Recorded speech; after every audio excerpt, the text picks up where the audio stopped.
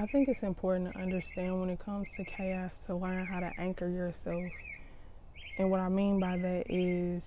understanding when chaos is going on around you, it doesn't necessarily mean that you have to internalize it and allow it to be your chaos. And I created an ebook that you can check out if you want to, that goes into more detail and more in depth of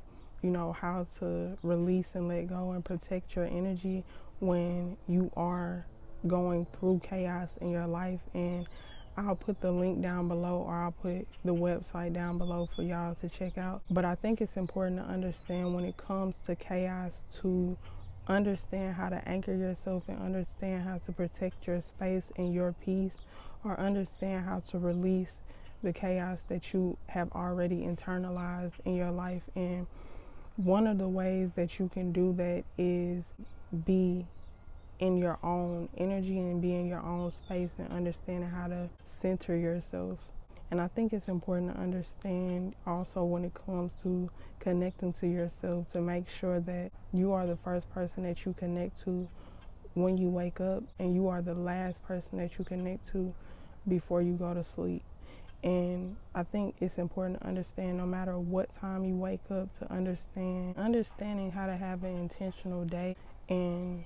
in order to do that, you have to make sure that you have a strong connection with, if you have a belief system, if you believe in God or the universe, or whatever you believe in, making sure that that connection is strong before you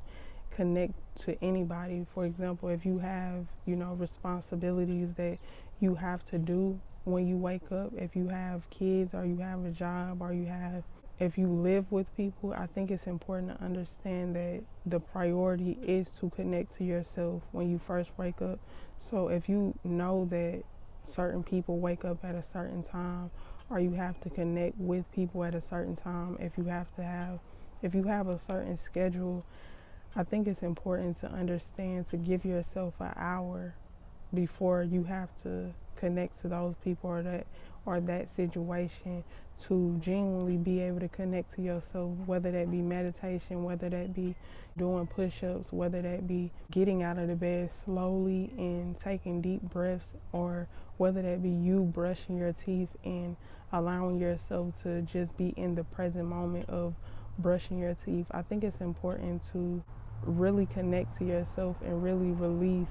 anything that you need to release before you even connect to another person, or before you go to sleep, to disconnect from everybody else and connect to yourself and really